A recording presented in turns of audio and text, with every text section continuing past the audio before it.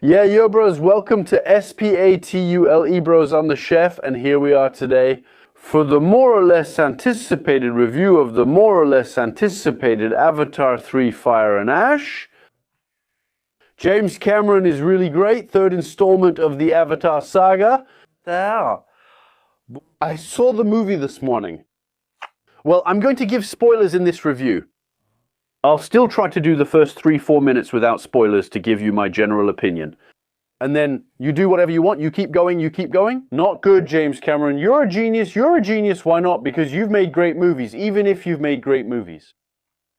Not because you know how to break the box office like no one else. No, you're a genius because you managed to recycle your movies in an incredible way. It's eco-friendly cinema, I want to say, because already Avatar 1, we've all seen it. Avatar 1, great technological achievement, 3D stuff, but really cool, amazing.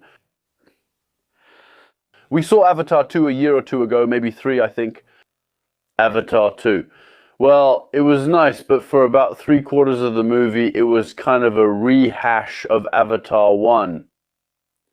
Now it's even more intense because Avatar 3 is a rehash of the second one. It's crazy how he does it. He thought that, you know. This time it hasn't been 15 years between the two movies. We remember the second one.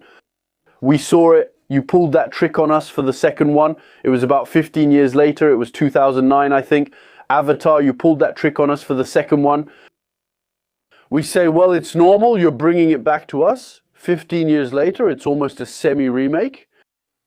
We forgive that. We remember the second one very well. Bro, what are you doing now? Oh. But anyway, beyond the slightly rehashed side, in the sense that you really feel it's the same structure, there are the fundamentals of a saga. I'll go into detail about that a bit later after the spoiler section. But aside from that aspect, which is a bit annoying, honestly, if you take the movie on its own, it's good, honestly, but just good. It doesn't have the impact of Avatar 1. There's not even the slight surprise from Avatar 2, which I didn't enjoy much. Besides, here we're really on familiar ground, except for 2 or 3 new things. And honestly, haven't we covered everything? The movie is generous. Visually, it's stunning, maybe even more beautiful than the first two, especially when it comes to facial expressions and everything. You really feel like they're real people. You know, it's 3D computer-generated imagery and all that, but you really feel like they're tangible, real, and everything. More than ever, really. I thought it was extremely beautiful and detailed. The expressions are amazing and the environments are incredible, but they're the Pandora settings we've seen in the first 2 movies. Maybe that's a flaw too. There aren't really any new settings either. Well, there are some new settings, but they don't stand out from what we've already seen. So yeah, it's beautiful. The action scenes are stylish. Everything's exploding everywhere. It works well. The story, well, it is what it is, but it more or less holds up anyway. But overall, even if I wasn't totally bored watching the movie, I wasn't really swept away either. Are you wondering where this story is going? Because actually, just like the first one had a conclusion, and the second one called for a sequel, the third one has neither a conclusion nor a setup for a sequel. It's a very strange ending, meaning that, well, the adventure is over, and you might get a sequel or you might not. There's no real conclusion. It's like, that's the end, and you're left thinking, what kind of story is this? So this is just for the non-spoiler part. Go see it. I don't think you'll have an unpleasant time. Because once again, the show is there. And watch out, the new villain is actually pretty cool. There you go. It gives things a little boost, maybe not enough for the movie to have real interest outside of the spectacle aspect. Well, it tries some things, but that's it. I wasn't totally bored, but I wasn't blown away either. And most likely you'll feel the same way again, right? The second one came out 10 to 15 years. So maybe there's a bit of nostalgia that makes us want to get back into it. This one is recent. You throw us back in, more or less, I'm bad with words, the same thing. So, well, now, if you haven't seen the movie, you can leave, right? I'm going to spoil like crazy now. Watch out. Yeah. Heads up, some bad-mouthing ahead. Just wanted to warn you. Alright, like I was saying, let's view this video as a bubble. You made the same movie 3 times, bastard. What's going on, actually? It's not exactly the same 3 times. There you go. So let's say it's because it's called Avatar. It's meta, actually. That is to say, oh, there's Avatar 1. Avatar 2 is a sequel to the first Avatar. Avatar 3 is a version of the second one, mixed with elements from the first one. There you go. It's very, very weird. The structure of the movie is obvious. I mean, it's almost down to the minute the same structure as the second one. Except that in the second one, the whole part about discovering a new tribe, it was Jack Sully's kids who made the discovery. Here, the ones who were sticking their tentacles into whales and stuff like that. Instead, it's Quaritch, the villain. I was going to say iconic, but maybe that's an exaggeration. The recurring villain, let's say, of the Avatar saga. Ow. Who discovers after about 2 hours into the movie, something like that, the Ash tribe, there you go, knowing that this Ash tribe, especially the chief, whose name is Varang, I think, a new villain, very, very stylish, very charismatic, very cool, who unfortunately is a bit underused in the movie. Once she's introduced, that's a bit of a shame. Except that the Ash tribe, in the end, apart from seeing them put some weird powder on themselves and roll in the fire and do some strange chants, they don't really have a very detailed folklore, you know what I mean? Like the Omaticaya. Do you remember the name of the tribe from the first one? Well, those guys had cultures, traditions, a way of dressing, of eating, so Jacques Sully had a lot of things to learn. In the second one, I forgot the name of the second tribe, the Turquoise Blues. Same thing, there was a different biome. Anyway, there are new animals, other traditions that the characters had to learn there in Fire and Ashes, except for Chnufel, some things. Well, there's nothing, because they don't have any special animals, they don't have any special biomes, except that they live in a forest scorched by a volcano that erupted years ago. Yeah, there's a bit of a lack of information about this tribe. I found that part a little bit lacking, honestly. But Varang is charismatic, she's stylish, and the relationship she has with Quaritch is pretty interesting. By the way, I think that Quaritch, who was a bit of an archetypal character in the first 2 films, is a bit more fleshed out in this one. He starts to understand Jacques Sully a bit more, and we also start to understand why he holds a grudge against Jacques Sully. Because at one point, the 2 of them have a confrontation in the film. And he says, yeah, well, I don't like you because of your betrayal. Well, I lost all the guys from my crew. Actually, all the guys who were under my command are dead. Because of you, because you're a snitch, so you have to pay. And Jacques Sully is there saying, no, but that was your old self. You're dead now, you have new eyes. Go ahead, see the light. Basically, he's trying to convert him, right? He says, go ahead, convert, come to the mosque. I don't know. Anyway, he's trying to convert him somehow. His name is Quaritch, and it seems to work as the movie goes on. The guy gradually adopts more and more of the customs and traditions of the Ashes tribe. That is, at first he was really in Marine mode, and then later he's more in their mode. He starts putting on their war paint and everything. He sleeps in the chief's tent because he's sleeping with her. Obviously, so he's a character, you see, who's growing a bit, who's changing. And you feel that in the 4th one, he'll very likely be an ally. That's what could be an interesting evolution of the character. He's much less of a caricature, much more subtle. In this movie, I think, once that's said, everything else is exactly like the second one. I'm sorry, it's exactly like the second one in every way. Jake Sully's kids, I'm sorry, Jake Sully, stop saying Jacques Sully. He needs to stop saying Jacques Sully, it's Jake Sully. They're unbearable. The son, Loak, I think that's it. He's annoying, he's really annoying, that one. Every time he's told to do something, he does the opposite, ends up dying at some point. Fed up, actually his father tells him to go over there, and he's like, hey, I'm not going over there. His brother, his father tells him, hey, watch your sisters. No, I'm not going to watch my sisters. His brother, his father tells him, take your radio, bastard, and he doesn't take his radio. At some point, it has to stop. I know he's a kid. that he needs to learn, you know, that it's part of the character's development. But throughout the whole movie, he doesn't listen, and it causes trouble. It's just at the end, Jack-Su tells him, "You almost didn't obey me. You're a grown man now. Ah, I'm proud of you." I tell him, no, this redemption, this kind of accomplishment isn't deserved in the movie. He just keeps messing up. I didn't get the point. It's very poorly done. Same thing here. The redemption, how should I say, of Nefer, Neferi. I think her name is Jack Sully's wife, who has become totally racist. She can't stand the pink skins, as they're called. That's new. It wasn't in the first or second one. Now they're called pink skins. They used to say the sky people. Now it's the pink skins. There you go, because all humans are pink, right? We don't call you the poor blues. Although, yes, she's not good anyway. And so, since her son died in the second one, her eldest son, now she's really full of hatred. And the young spider, she can't stand him actually. She's like, damn human and all that anyway. And she has a journey in the movie where in the end, she realizes, damn, it's not good to be racist.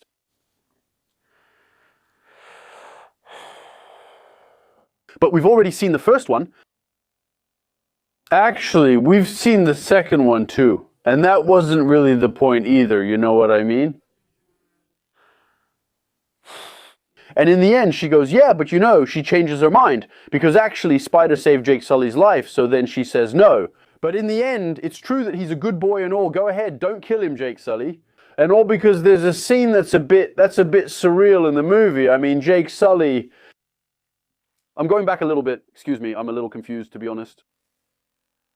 One of the elements of the movie is that the young spider, the human, son of Quaritch the human, who was taken in by Jake Sully's family, wants to stay with the Na'vi, except that he's a human, so he can't breathe, and the guy has to wear a mask 24/7 and change the battery. Basically, he has two masks, one charging and one not charging, and several times he almost dies in his sleep because he runs out of battery.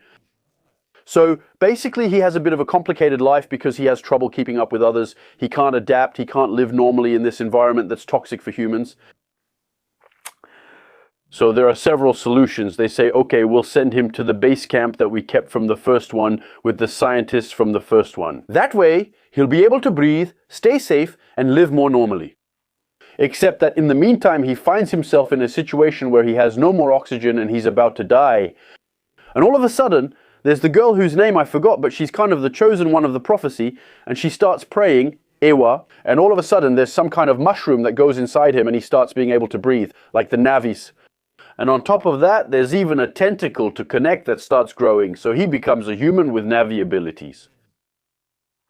So Quaritch sees this, and since it's his son, he wants to get his son back. And the Resources Development Administration, so the humans want to study him to find out how to apply the mutation he had to humans, so that humans can come and migrate massively, colonize massively Pandora. So that's the main topic. And Nefertiri, she goes, no. It's the only way. He's too dangerous. Actually, if they manage to get their hands on him, it's going to be a mess. And Jacques Sully all the time, he says, no, we're not going to do that. It's Spider, he's family, he's our son, we're not going to do that. Don't invite. Ça, c'est Spider, c'est un gars de la famille, c'est comme si c'était notre fils, on va pas faire. There for minutes, he follows him discreetly. Et qui s'en sortent de justesse. Hey, you hurt me. No, but wait. Hey, Suze, what are you doing to us here? And finally, it's Neferi who arrives and he doesn't kill him. It was a pointless move. I think that part was unnecessary. For a moment, I believed it. He's really going to kill him. Unbelievable. I also thought it would plant the seeds of doubt in Spider, because Spider in the second movie is ambiguous. Is he on his father's side or is he on Jack Sully's side? At that moment, I thought he was going to take revenge. He's human, that's kind of human nature. I'm going to be adopted by this family, but they keep mistrusting me. After a while, they even threatened their mother. I'm going to go back to my real father, and then I'm going to kill them, because at least over there, I'm accepted, I'm at home.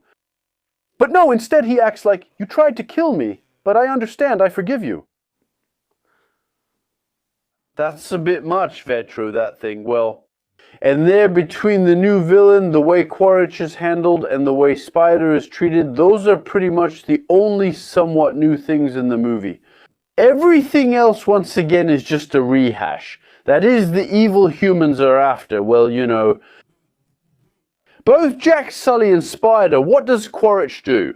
He goes from village to village, threatens people, asks where Sully is, and people tell him, we don't know, man, or maybe they know but don't want to say. So exactly like in the second one, actually. And who knows why? So he says, well, I'll go see the Ash people. He goes to see the Ash clan. He fights the chief, and then after the Lady of Ash, she arrives. And thanks to her magic tail, she can tell where people are, so they go and attack them. And in the meantime, you have the Resources Development Administration who keep killing whales to siphon their brain juice and who are running the concert, or something like that. So it's just like the second one, but with more characters. And so, meanwhile, Jake Sully is trying to live his life, and everyone keeps saying, hey, aren't you Toruk Makto? And he goes, no, Toruk Makto doesn't exist anymore. I just want peace, just to hide here with my family. I don't want to get involved. I don't want any trouble. Except that in the meantime, the Resources Development Administration keeps killing people. Quaritch keeps setting everything on fire to find him, and then after that he changes his mind. Sully, he says, no, we have to fight. And people say, well, no, we're not going to fight because we're peaceful. Even the whales refuse to fight. Their council chooses peace, saying no, even if it means their death. Our people's voice is peace. Violence only brings more violence. And so the whale from the second one who had rebelled and fought, well, she is banished because she fought. And so they don't want to fight, actually, because it's not right to fight, so they have to be convinced to fight. It's the same. We saw both the first and second ones together. I think the Omaticaya avoid fighting because violence isn't the answer. And then he's convinced to fight by riding Toruk Makto, so in the third one, it's the same thing. He seeks Toruk Makto, insists we must fight. As Toruk Makto, people see me and think, oh, it's Toruk Makto, so we have to fight. So he tells them to go from village to village and gather the people. We're going to go kick their asses, exactly like in the first one. There you go. And in the meantime, the whales still don't want to fight. So there's a big speech with Jacques Sully's son, who arrives with his whale girlfriend, who's been banished. They show we have to fight. Look at what they've done. Here's a survivor. The mutilated survivor arrives. And so now they want to fight. But I want to tell you, maybe I'm the one who's crazy, but in the second one, that's exactly what happens. They know what's happening to the whales. That's why they're fighting in the first place, because they know the whales are being tortured. They witnessed the killing of a whale, which is the whale that was with the wife of the village chief. Seeing what happens to her and her baby, they go to war to defend them. And in the meantime, I don't know how much time passed between the movies. Same thing, a lot, a few months. And it starts over from zero. No, we don't want to fight, and you fought in the second one, so why do you stop fighting like that? What's going on? So there you go. And so there's the big battle coming up with the Marines, who show up with crab robots, some things, some gadgets. And then you think, oh wow, how are they going to handle this?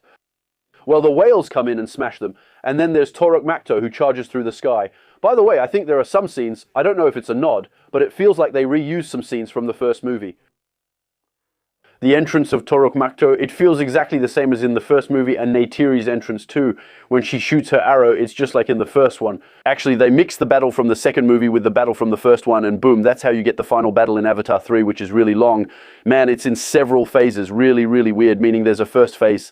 The Marines arrive and get wrecked by the whales and the flying Na'vi. Then, the evil Na'vi show up and wipe everyone out with rocket launchers. So you don't really know what's happening from one scene to the next. Actually, that's it. There's no more battle. They have brand new robots that apparently hadn't been deployed yet, even though half the ships and boats are destroyed. But isn't that a big deal? It's fine. They're still going to look for the whales, so they go looking for the whales. And meanwhile, there's the Na'vi girl who's kind of like a half Jesus communicating with Ewa. And once again, after that, nature comes to save them, just like in the first one. So I want to say to you, okay, fine, but now it's been three movies, where you're just remixing the same ideas. There are supposed to be 6 of them. Subtitles by Jeremy Diaz. Where are we going with this? Actually, where are we going with this? It was really good, right? I've already seen this movie. It's the second one. We went, Steven from production was there and he hadn't seen it yet. You just saw it? It was the same structure, it reminds me. Actually, the movie starts, it takes place in Iwa's world, they're connected, it's in the memory, the young guy is talking with his deceased brother, and the movie ends with them connecting to Iwa, same thing. At the end, it's a bit like in Fast and Furious, the movie Fast and Furious. It starts with a barbecue, it ends with a barbecue, and in between there are stunts. There's Vin Diesel who brings the family together. Voila.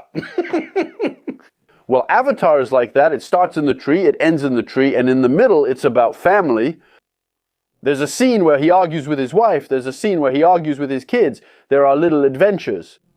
By the way, the twists are always the same. We got separated, the kids need to be found, try to escape. Oops, one of the kids got kidnapped. Let's go save him, but while we're saving him, another kid gets kidnapped. Or sometimes it's the mother who gets kidnapped. We have to find her. It's always the same twist. Actually, same thing, Spider gets captured again in the third one, just like he does in the second one. He has almost the same conversation with his father. James Cameron, if you have nothing new to add, you should have stopped after the second one. That was enough, especially since with Quaritch, it's the third time he's faced him. They're finally settling their differences. I was sure Jack Sully would die in the movie. I'm thinking, how are you going to move the story forward? Either the villain or hero dies, or both kill each other, and a new generation replaces them. But no, Quaritch doesn't die, so they make us think he dies, but he doesn't. And he almost dies the same way in the first and the second movie. Besides, he doesn't die and the villainess doesn't die either. So actually, he saves the last one he was supposed to. Quaritch commits suicide. Between Guillemets and me, I was expecting something else. Surprise, you get an arrow in the butt and you die. No, that's it. They're in the tree, it's fine, peace has returned. I stayed until the end, but what was that conclusion? What was the movie's point? You temporarily saved the whales, just like at the end of the second one, but without the second one, and they announced the third one if you want. We knew that Quaritch had survived. There, he doesn't have the I'll come back for revenge side. There's just the conclusion, the adventure is over, up. Asterix's feast, that's almost it, and it's over. No post-credit scenes, no epilogue. Very, very weird, this story. In short, if there's one thing to remember about Avatar 3, it's that selling me on the fourth will be tough, since it's not set up at all. Just like there were hints at the end of 2 for a third one, for the fourth, I have no idea what they're going to do for me. Is Quaritch going to become an ally with Jack Sully? But otherwise, I don't see what they could do as a sequel to restart the conflict. What's the point? Personally, I could see a 10-15 year time skip so that something has time to happen. Here, it feels like you have scenes, but the first and second never occurred. What's going on here? The humans, they haven't changed. They just rebuilt their city in their own area, and that's it. They're no longer surprising. The floating rock, it's just whale juice. It's weird. And even overall, I found the Marines in the third one were even more of a caricature than in the first two. It's really like, we're the bad guys. Capitalism is not good. What? And the character of Spider annoys me too. This character of Spider, I don't understand what he wants to do with this character, because it's really a caricature of a white Rasta. What is that? It's the guy. I'm sorry to say it like that, but that's it, the guy. He wants to be black because when he starts being able to breathe, I can have blue skin and be 2.5 meters tall. Please. Have a little respect for yourself. Respect yourself, especially now that things are complicated. Besides, the guy, he puts blue stripes on himself. Go ahead, but it's because it works for the Na'vi, but in the real world, that's problematic. What is this about? Anyway, he just wants to be a wild Na'vi. It's weird. I don't know where he's going with this as a whole. I don't know what his point was. If the point is, like in the first one, capitalism is bad, inhuman, evil because it destroys nature. Human. Well, we get it. Actually, I think this movie doesn't bring enough new things to justify its existence. There you go. Even technologically, it's prettier. But you know, 3D now, we're used to it. After 45 minutes, you don't even notice it anymore. So doing that 6 times. We're really going to have to come up with some damn good ideas to keep us interested. Because honestly, I'm not even a fan of the Avatar universe to begin with. Here you go. I think I mentioned it before. It's nice when you look at the whole thing, don't get me wrong, it's really well done. But the creatures are ugly, whether it's the Na'vi or the animals in there.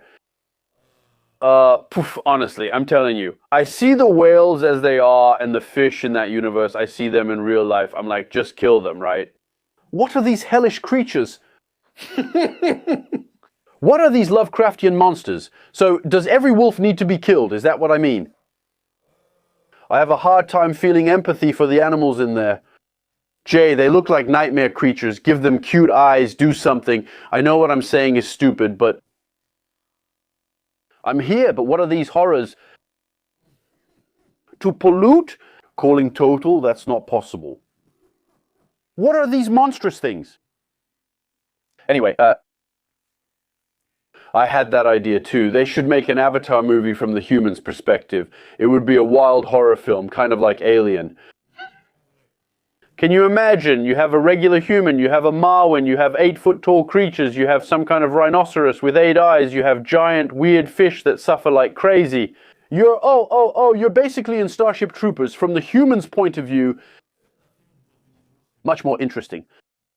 True, they're monsters, hellish things. Anyway, I'm not a fan of the Avatar universe. I don't think it's that appealing.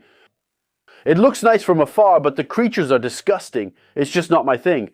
Anyway, I still could have enjoyed the movie. I liked the first one, and I more or less liked the second and the third. I didn't have a bad time, but who cares, you know? I saw it, that's it. It's a bit of a shame. Anyway, that's pretty much all I have to say. Jay? Because I don't have much battery left in my camera. I hope this review at least entertained you. I think it's more entertaining than the movie itself, honestly. There aren't as many special effects, but anyway, we saw Avatar, it's done. I'm not convinced it will do as well as the first two, because now, 3 times the same movie, that's a bit much. Yeah, movies just copy each other. It's really, really weird, really, really odd. Bring some new energy to it, James Cameron, you can do it. Let your passion guide you. Thanks for listening and see you soon on Spatchel Bro for new videos.